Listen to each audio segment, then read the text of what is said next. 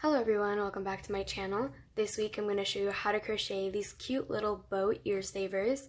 For this pattern you're going to need category 4 yarn, a 3.75mm crochet hook, and 2 buttons and obviously some scissors.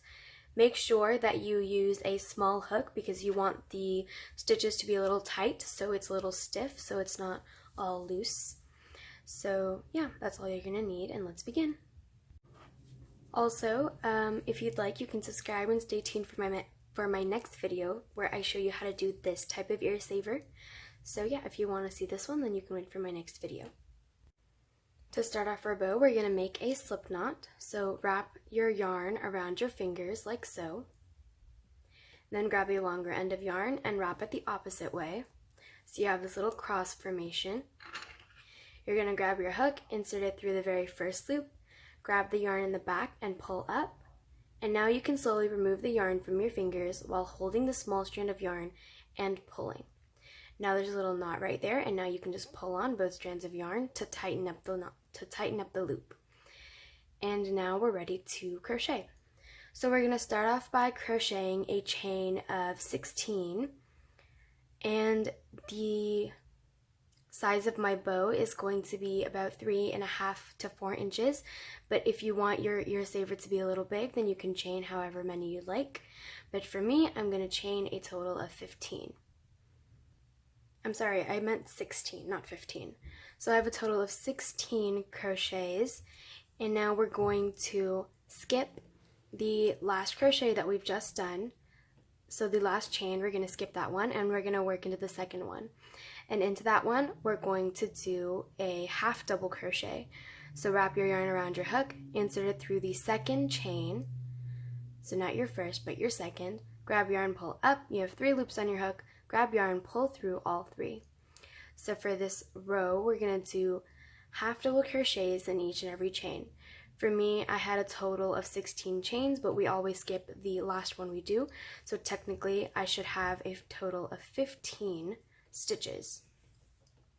So continue doing half double crochets, and I'll meet you when I'm done.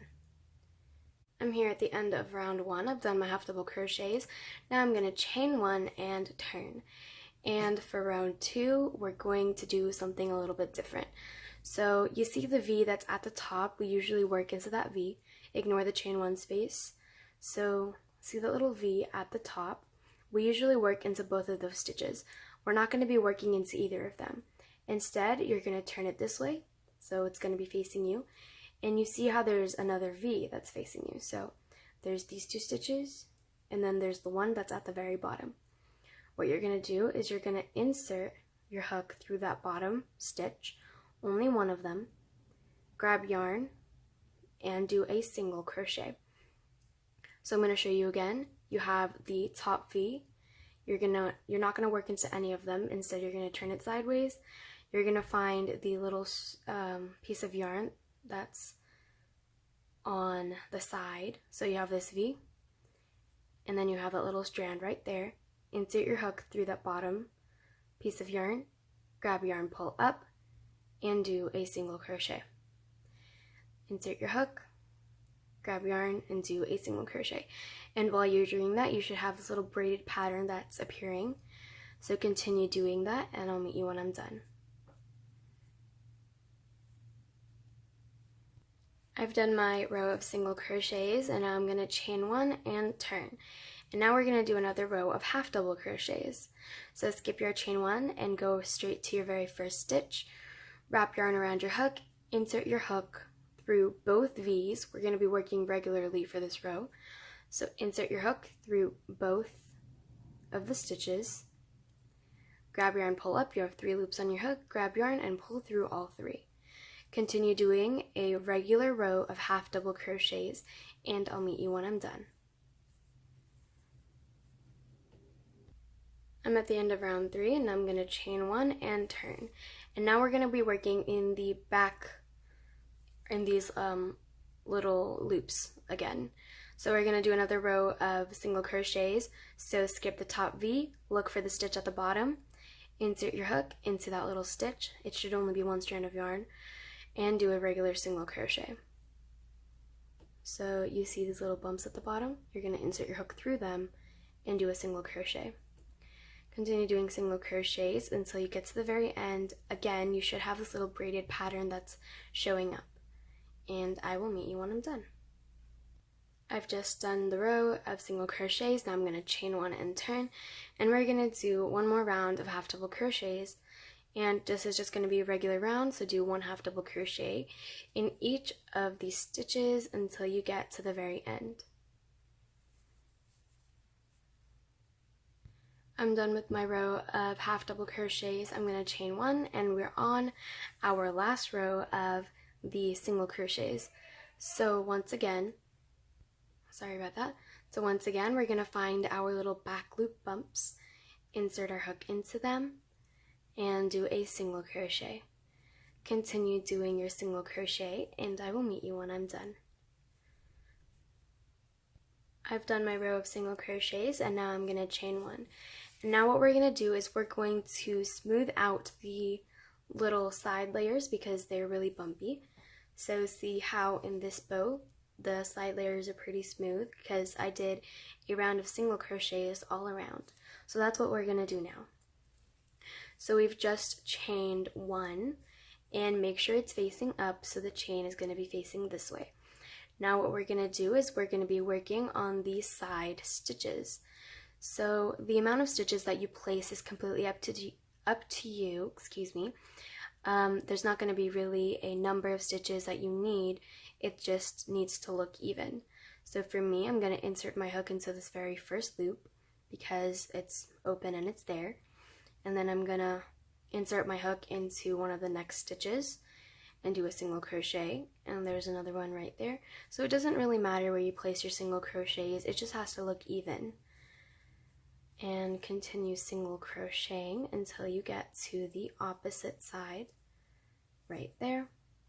And now you're just going to do a single crochet along the stitches. So do one single crochet in each and every stitch all the way until you get to this side. And the stitches here should be noticeable because this is where you started off. This was your chain space at the beginning. I'm here at the corner, and if you would like, you can stitch this in while you're single crocheting, or you can sew this in after. I'm going to stitch it in right now. And now you're on this opposite side right here. So on the opposite side portion. And you're going to do the same thing that you did on the opposite side by just placing random single crochets as long as they look even. And continue doing that. Apologize if you hear talking in the background. My parents and my siblings are talking. And once you've made it to your last side, you're going to just single crochet in each stitch until you get to the top, and that is where you started. So continue single crocheting until you get to the very end. I've just finished the row of single crochets, and I'm going to slip stitch into my first stitch, and I'm going to chain one and cut a tiny piece of yarn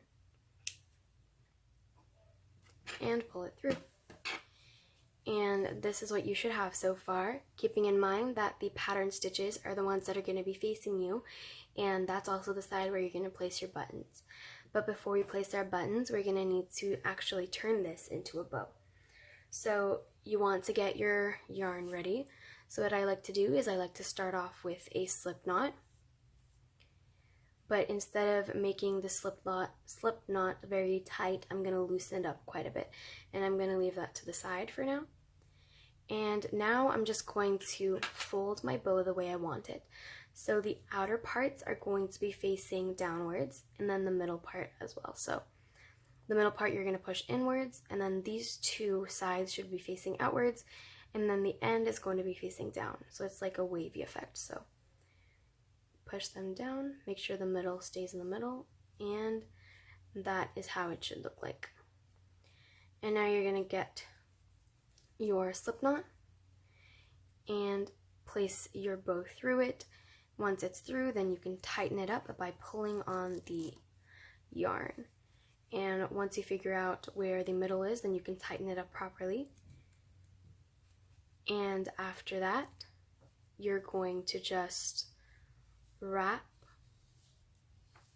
the yarn around your bow like so. Instead of wrapping up really fast, you should wrap it up slowly so the yarn looks quite even, which is what I'm gonna do. And once you think that the bow looks pretty enough and it's tight enough, you can grab your scissors once again and snip off a piece of yarn. And to tighten it together, what I like to do is I like to get the long strand of yarn that's we used for a slip knot, because when we make a slip knot we have a little tail. We're going to get our tail and the end of our yarn that we just cut off, and I'm just going to tie it together. Making sure that it's tied really tightly because you don't want it to undo.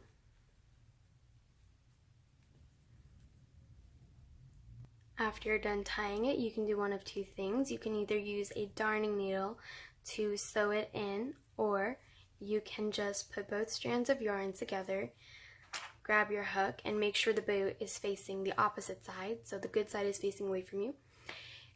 Insert your hook through the stitches through the strand that we just wrapped around, and grab the yarn that you want to weave in, grab it, and just pull it through, like so. And now you're going to do that a couple of times until you think that the yarn is completely in place, like so. Oops.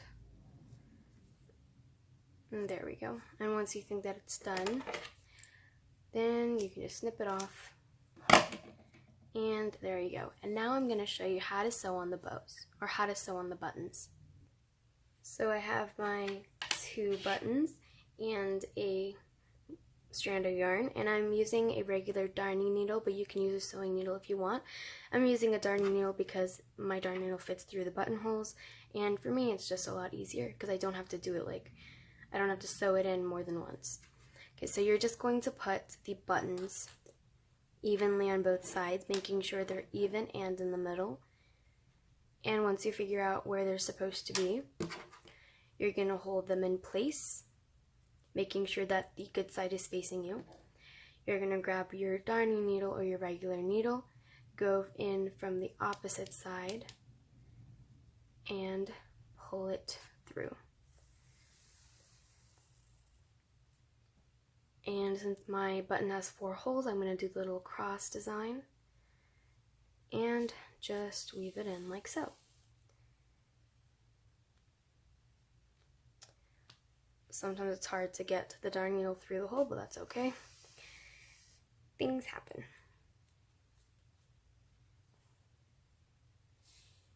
And there you have one button.